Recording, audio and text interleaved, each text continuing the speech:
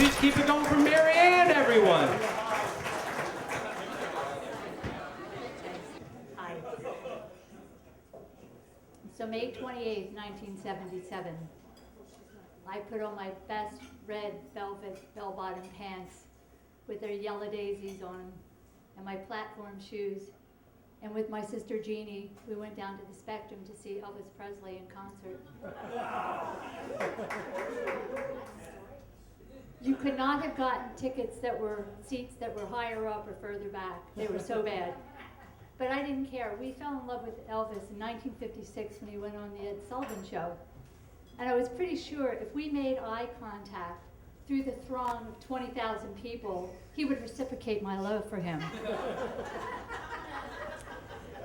The lights dimmed, 2001 Space Odyssey plays, and out comes Elvis strutting across the stage in his white suit with a cape, and he's throwing off the scarves. It was wonderful. And then at the end of the show, the announcer comes on and he says, Elvis has left the building.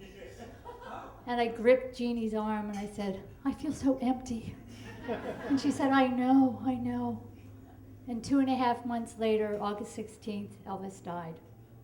And that's when our love for Elvis impersonator concerts was born. Yep.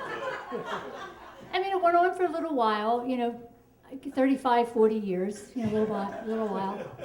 Jeannie would read the Inquirer, the Life section, and she'd call me. She said, oh, Elvis impersonator concert up in Allentown, let's go. I'm like, yes, sign us up.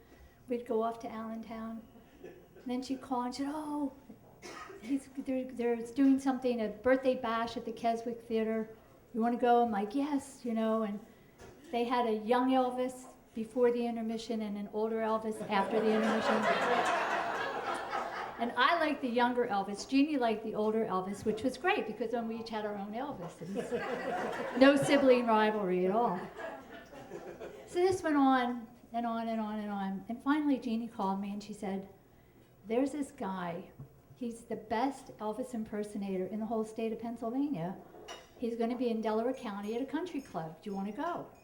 Banquet dinner, first come, first seated. Sign me up. So we go, and we were actually first in line. We're all dressed up. They go to seat us. They put us the furthest away from the stage. And I said, it's like the Spectrum all over again. And I was having none of it. And my sister is very prim and proper, and she is obedient. She went and she sat down, and I refused to sit down.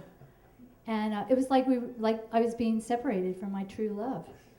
And I said, we were here first. And he said, well, I'll take care of you after I seat these other people.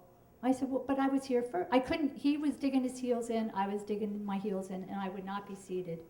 My sister was mortified. She ordered a drink or two. And finally, he seated us ringside. And not only ringside, but he sat us with the Elvis impersonator fan club. And the women dressed like Priscilla. And we are ringside. We're like on the stage side of the table. And so we're in the spotlight. And they dim the lights. My heart starts beating. Hunka hunka burning love. Come on, let's face it. So out comes Elvis impersonator. And maybe we were too close, like the illusion was spoiled. I don't know. Jeannie leans into me and she says, I think we've gone to one too many of these concerts. But now we have no escape because we're at the table with this faux fan club because I know it's not really Elvis, but they follow this man all over Pennsylvania. How do we get out of here? So Jeannie hatches a plan and she said, I'll pretend I'm sick and I'll meet you in the ladies' room. So she got out, but I was still there. So after a while, he's singing a couple songs. It was terrible, and that was the day the music died for me. Thank you.